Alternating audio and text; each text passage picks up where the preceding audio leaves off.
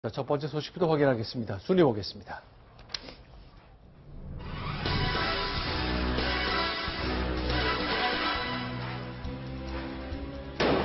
검찰 수사를 통해서 과연 국정 개입이 얼마나 있었는지 하나씩 드러나고 있습니다. 이 말 누가 했을까요? 잔소리 말라. 수석 비서관 회의 열라. 그다음 안정부 수첩에 적힌 X라는 표시가 아주 의미심장합니다. 과연 어떤 의미인지, 그것이 X가 무엇인지 지금부터 하나씩 알아보겠습니다. 자, 손수 변호사님. 네. 자, 정호성 비서관의 휴대전화 녹음된 거 파일이 굉장히 많다 그러는데 이제 하나씩 확인된다면서요. 예, 그렇습니다. 여러 가지 내용들이 담겨 있는 것으로 알려졌기 때문에 폭발력이 굉장히 클 것으로 이제 보이는데요. 그 중에 한 가지 내용의 진상이 조금씩 드러나고 있습니다. 2013년 10월 32일에 있었던 것인데요. 당시에 그 최순실 씨와 정호성 당시 그 비서관 사이에 오고 간 내용입니다. 우선 최순실 씨가 이런 말을 합니다. 시국이 엄중하기 때문에 기자회견을 해라. 즉 대통령이 기자회견을 하도록 하라는 것인데요. 당시에 그 유럽 순방 직전입니다. 그러자 정호성 비서관이 출국 전에 기자회견은 전례가 없다라면서 난색을 표합니다. 그런데 그러자 최순실 씨가 그 다음에 이렇게 또 이야기를 하죠. 국무회의를 열든지 기자회견이 안 되면 국무회의를 열든지 아니면은 대통령 수석비서관 회의를 개최해라 라는 그런 이야기를 하는데요. 여기에 대해서 정호성 비서관이 다시 아주 준비하기 어렵다라고 이야기를 합니다. 그러자 여기서부터 굉장히 좀 더 이해하기 힘든 그런 상황인데요. 최순실 씨가 공직자가 아닌 최순실 씨가 정호성 당시 비서관에게 이런 말을 합니다. 쓸데없는 소리 하지 말고 준비하라. 이런 이야기를 하는데요. 그러자 그 후에 정호성 비서관이 결국은 어떠한 여러 가지 조치를 취하게 됩니다. 계속 좀 보여드리겠습니다. 쓸데없는 소리 하지 말라? 그런 말을 했다는 얘기죠? 예, 그렇습니다. 실제로 그 정호성 비서관은 당시에 이제 그 청와대에서 공직을 맡고 있는 그런 그 당시 대통령에 대한 비서관이었고요. 또 최순실 씨는 뭐 당연히 이제 공직에 올라있지 않는 그런 그 민간인 신분입니다. 따라서 이런 내용의 대화를 주고받는 것 자체만 해도 상당히 그 황당한 일인데요. 하지만 이렇게 당시에 공직자가 준비하기 힘들다, 전례가 없다라는 이야기를 함에도 불구하고 이제 다음에 나올 텐데요. 이제 그 최순실 씨가 쓸데없는 소리 하지 말고 준비하라. 라는 일종의 이런 지시와 면박을 했다. 그것도 민간인이 공직자에게. 이런 내용이 사실이라고 한다면 굉장한 국정농단이 아닐 수 없겠습니다. 네, 김도혁 기자, 그때가 어떤 시점이었습니까? 굉장히 이제 청와대가 여론으로부터 문매를 받고 있던 시점이었는데요. 국정원이 댓글 조작으로 대선, 선거에 이제 개입을 했다. 그래서 선거에 국가기관이 개입을 했다라는 것으로 청와대가 굉장히 여론의 수세에 몰려있던 상황이었습니다. 그래서 실제로 청와대는 매주 월요일마다 수석 비서관 회의를 열고 있었는데요. 국정원 댓글 사건이 불거지고 난 이후로 4주 동안 수석 비서관 회의는 열리지 않았습니다. 그러다 보니까 그런 상황에서 이제 최순실 씨가 국정원 그 댓글 무마 사건 이런 것들이 지금 여론이 계속 악화되고 있으니까 기자회견이라도 열라라고 지시를 했던 거고, 그것에 대해서 정호성 비서관이 기자회견 그 전례가 없다라고 얘기를 하니까 그에 대해서 그럼 청와대 수석 비서관 회의라도 열어라라고 얘기를 한 거였습니다. 네, 실제로 이제 그 달력을 보면은 달력에 나와 있는 그 여론 악화 시점들이 나오고 있는데요. 이제 9월 13일에 최동욱 검찰총장이 사퇴를 했고요. 네.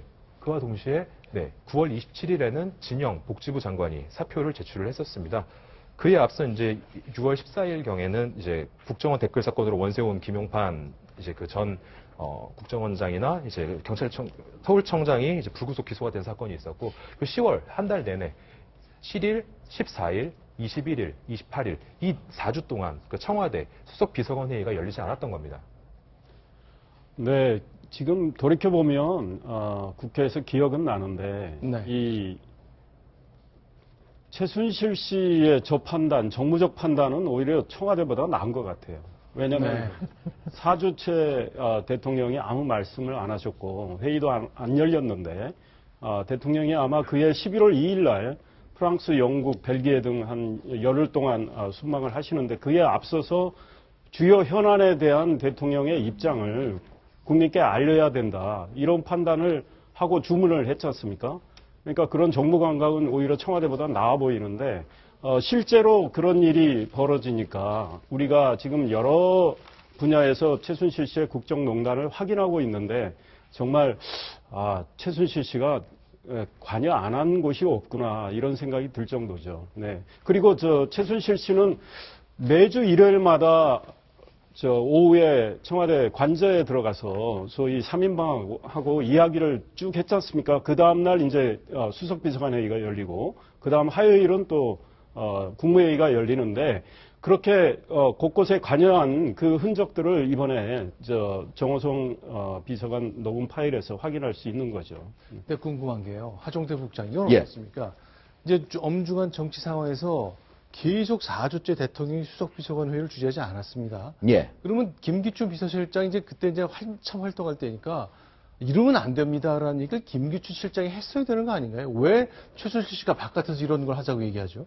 그러니까 결국은 김기춘 비서실장도 대통령한테 직접 진언을 해서 대통령을 움직이기는 좀 어려웠다는 얘기고요.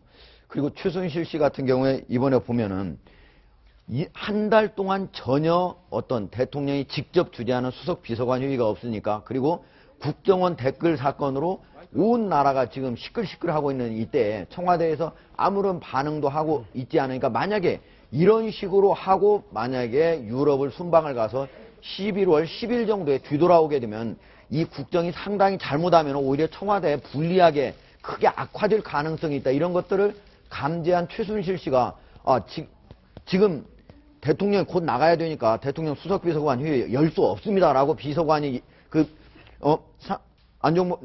비서가 얘기를 했음에도 불구하고 지금 빨리 열어라 이렇게 얘기를 했다고 하는 거는, 최순실 씨가 어떻게 보면 국정 개입을 하고 국정 농간을 했다고 하지만, 이런 측면에서는 지금 직접 우리 얘기하신 대로, 의원님께서 얘기하신 대로 어떻게 보면은 상당히 정치적, 정무적인 감각이 뛰어났다. 그리고 그것들이 나중에 보면은 실제로 이때 대통령이 이거에 대해서 얘기를 직접 하게 됩니다. 그때 직접 뭐라고 하게 되냐면, 개인적으로 의혹살리를 하고 있지 않았음에도 불구하고 이런 것들이 만약에 의혹이 제기되고 있는데, 만약에 그 내용을 밝히고 아주 책임을 물으시다 이런 얘기를 하게 되는데, 그런 것들을 하게 되고 사실은 그 다음에 여론이 또 좋아지게 되니까 대통령 입장에서는 최순실 씨의 의견을 이런 때 많이 듣지 않을 수가 없었다. 이렇게 말씀드릴 수 있습니다. 그런데 그러면 비서실장이 이런 기능을 못하는 상황이라는 게, 오늘 아침 동아일보에 6일째 전 통일부 장관이 칼럼을 썼는데, 이 대목에 현직 장관이 청와대 최고의 참모들과 대화하는 대목이 공개가 됩니다. 과연 어떤 일이 있었는지 그 대목 한두 가지를 소개하겠습니다. 네, 이제 그 칼럼, 동아광장 그 칼럼이죠. 칼럼을 보면은 장관의 말은 맞지만 윗분의 뜻이 그러하니 무조건 따르세요. 이런 말이 나오고요. 자, 통일부 장관 당신 말은 맞지만 예. 윗분의 뜻, 대통령 뜻 그러니 그냥 무조건 따르세요라고 누군가 장관에게 말합니다. 예, 상당히 고위층으로 보입니다. 네, 그렇습니다. 두 번째 거요. 장관이 알아서 윗분을 설득해서 지침을 받아오면 그렇게 하시지만 나는 그렇게 말씀드리지 못한다라고 이제 얘기를 또 하고 있습니다. 하종태 부장, 이거는 그럼 뭐라고 봐야 되는 겁니까? 이거는 기본적으로 지금 장관한테 얘기를 할 수 있는 사람 누굽니까? 그 위에 국가안보실장이나 비서실장 이런 사람들이 그렇죠. 있죠. 예, 비서실장 정도 돼야만 장관한테 내가 직접 얘기 못하니까 하는 거는 대통령하고 직접 얘기를 할 수 있는 사람이라는 얘기 아니겠어요. 근데 자기가 잘 못하니까 그냥 따르든지, 아니면 네가 가서 장관이 직접 가서 대통령을 설득하라 이런 얘기 하는 거 아니겠습니까? 나는 그렇게 못한다. 이런 걸 보고 6일째 당시 통일부 장관이 국정이 집단적으로 마비되고 있음을 자주 느꼈다. 이렇게 칼럼을 쓴 거죠. 김기춘 실장이 이 비서실장이 된 바로 다음 날인가요? 바로 윗분이라는 표현을 쓰고 이분을 잘 모시겠다는 취지를 이야기를 했는데, 그 차은택 씨 외삼촌 있지 않습니까? 네. 김상률 청와대 교육문화수석을 지냈던 분이죠. 이분이 임명됐을 때 이 보수 진영에서는 다들 좀 놀랐습니다. 왜냐하면 김상률 수석은 그 전에 본인의 글도 남겨 있지만, 약소국이, 즉 북한이 핵을 갖는 건 당연하다라는 그런 글도 썼어요. 네. 그러니까 지금 박근혜 정부의 청와대 그 수석으로 갈 수가 없는 사람 아니냐, 이런 지적들이 제기가 됐는데, 하태경 의원이 특히 나서서 통합진보당에 가야 할 사람이 왜 청와대 수석에 있느냐 그런 지적을 했죠. 그때 김기춘 실장한테도 인사위원장 아닙니까? 네. 그래서 김기춘 실장에게 이런 분이 어떻게 수석이 됐느냐, 이런 아마 문제 제기가 있었던 모양이에요. 그때 지금 언론 보도에 따르면 김기춘 실장이 이 사람에 대한 인사는 내가 어떻게 할 수가 없다. 이런 이야기를 한 게 확인이 되고 있기 때문에 김 실장이 아주 노련한 분이고 경험이 많은 분이지만 이분의 이 심기 경호도 굉장히 잘해서 아마 거슬리는 일은 잘 안 했다. 또 이런 이야기가 있습니다. 이 미래창조과학부 산하의 어떤 기관의 기관장을 바꾸는 문제와 관련해서 바꾸기로 결정이 됐는데 아마 또 이 바꾸는 게 적절치 않다라는 의견 제기가 있었는데 이렇게 말씀을 하셨다는 거죠. 왕명은 한번 출납이 되면 거둬들이지 못한다. 이런 이야기도 했습니다. 근데 결국 이런 진통 끝에 어쨌건 대통령 김기춘 비서실이 작동하지 않은 그 공백을 최순실이 메워준 겁니다. 그래서 그런지 정호성 비서관은 문자를 보냈습니다. 역시 선생님 말씀대로 해서 잘 됐습니다. 고맙습니다. 예. 왜 그러냐면 그 대통령이 나가기 전에 직접 이거에 대해서 언급을 하고 이거를 뭐라고 얘기를 하냐면 정확히 사안을 밝히고 책임을 물을 것이 있다면 묻겠다. 어떻게 보면 단호하게 얘기를 하면서 국정원의 어떤 댓글 의혹 사건을 완전히 일축한 거거든요. 그에 대해서 어떻게 보면 의혹을 쭉 부풀려온 쪽에서는 상당히 큰 타격을 입은 거죠. 그 다음에 여론조사를 한 거 보면 잘하고 있다가 53%에서 5%포인트 올라가지고 58%로 올라갑니다. 그리고 잘못하고 있다는 33%에서 29%로 4%포인트가 내려가게 됩니다. 그러니까 정우성 비서관 입장에서는 얼마나 감사하겠습니까? 그러니까 최순실 씨한테 바로 문자를 보낸 거죠. 그렇게 해줘서 고맙다고. 예. 자, 그런데 어쨌건 청와대 직원은 이 최순실 씨 비서 역할을 했다는 것까지 하나둘씩 나오고 있습니다. 네, 그렇습니다. 이제 이영선 전 행정관을 이제 기억하실 텐데요. 이제 그 당시에 그 제2부속실 소속이었습니다. 그런데 실제로 그 업무를 수행하는 것이 이제 최순실 씨에 대한 어떤 여러 가지 그런 여러 보조 역할을 한 것으로 드러나고 있기 때문에 문제가 되고 있는데요. 특히나 이제 선생님이라는 표현을 역시 쓰는데요.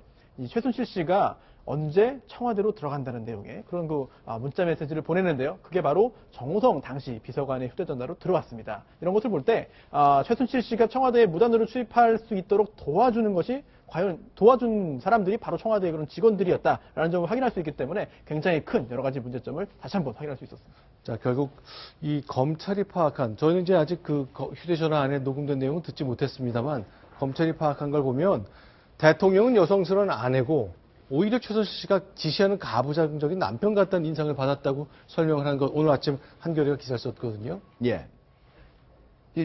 지금 실질적으로 즉 그때 당시에 유럽으로 대통령이 나가기 직전에 순방을 나가기 전에 한 거를 보면은 지금 저러한 분석이 검찰의 분석이 딱 맞는 거죠. 지시하는 가부장적 남편, 그리고 그 말을 듣는 아내, 그리고 바로 세 명의 이재만, 안봉근, 정호성 동시에 두 사람한테 보고를 하지만 오히려 협의는 더 많이 최순실 씨한테 하고 바로 아내로 써 있는 우리 박근혜 대통령조차도 최순실 씨한테 과연 컨펌을 받았습니까? 이런 것까지 해야 되는 그런 상황을 보면은 검찰 관계자의 저런 분석 얘기가 상당히 신빙성이 있다고 볼 수 있는 거죠.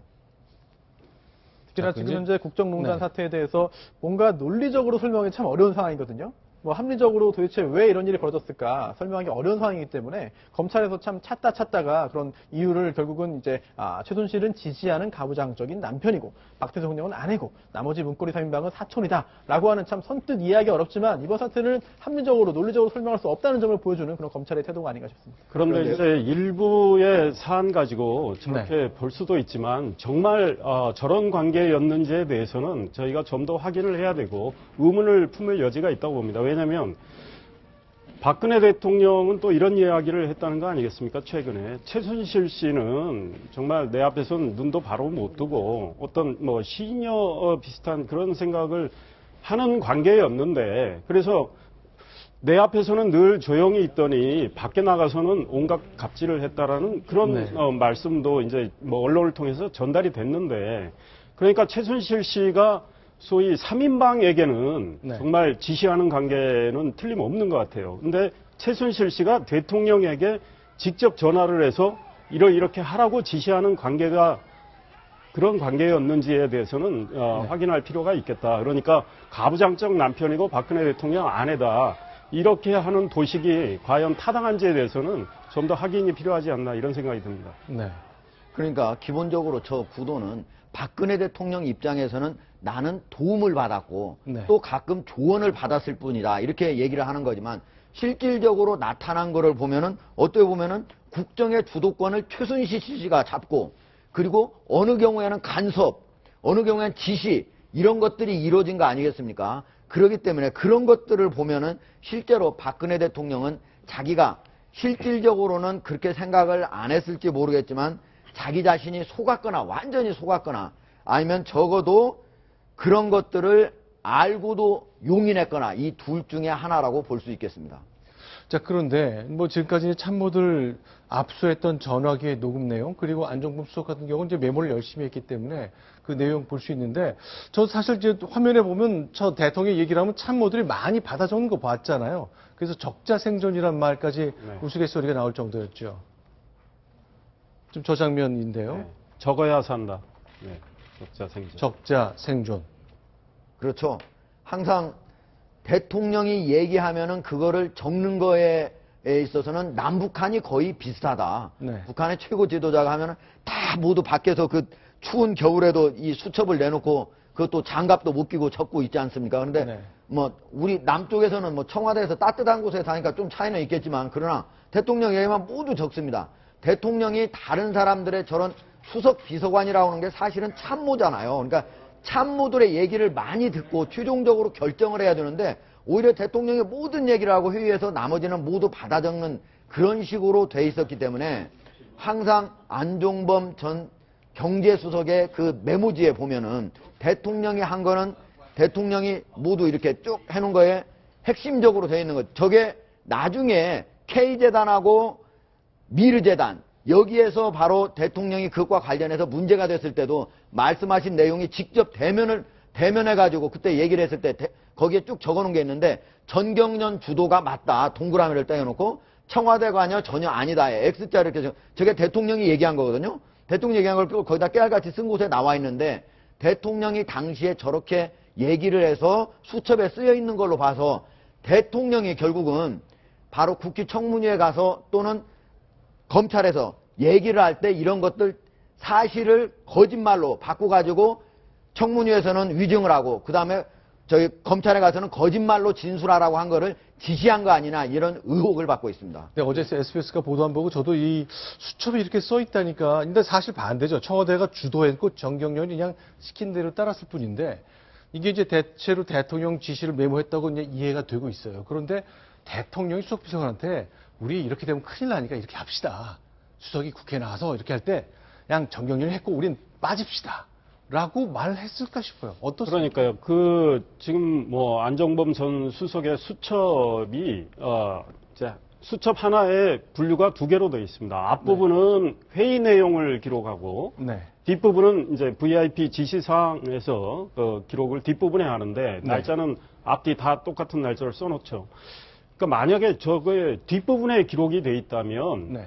대통령이 지시한 걸로 보이는데 네. 앞부분에 기록돼 있다면 뭐 회의에서 또 논의된 내용을 기록했을 수도 있고 본인 생각을 기록했을 수도 있다고 보는데 네. 어쨌든 처음에는 저렇게 이야기가 나왔었죠. 이승철 정경련 부회장도 국회 나와서 정경련이 자발적으로 출연금을 거뒀다 이런 이야기를 했고 안종범 수석도 국정감사장에서 그런 이야기를 했는데 이제 이승철 정경련 부회장은 검찰 수사에서 또 청문회에서 청와대 지시로 자기들은 따랐다 이렇게 이제 바꿨죠.